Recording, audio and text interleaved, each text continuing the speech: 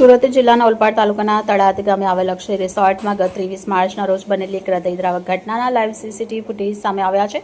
મિત્રો સાથે રજાની મજા માણવા ગયેલ 22 વર્ષીય યુવકનું સ્વિમિંગ પુલમાં ડૂબી જવાથી કરુણ મોત નીપજ્યું। આ ઘટના બાદ રિસોર્ટની સુરક્ષા વ્યવસ્થા અને લાઈફગાર્ડની હાજરી સામે ગંભીર સવાલ ઊભા થયા। સુરતથી યુવકોનું એક ગ્રુપ નાહવા માટે ઓલપાડના અક્ષય રિસોર્ટમાં આવ્યું।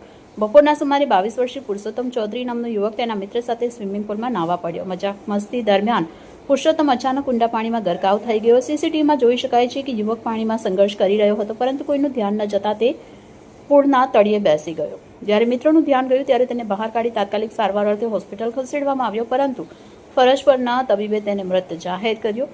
ઓલપાડ પોલીસે આ મામલે અકસ્માતે મોતનો ગુનો નોંધી વધુ તપાસ હાથ ધરી છે। સામે આવેલ સીસીટીવી ફૂટેજ હવે પોલીસ તપાસમાં મહત્વના પુરાવા સાબિત થશે।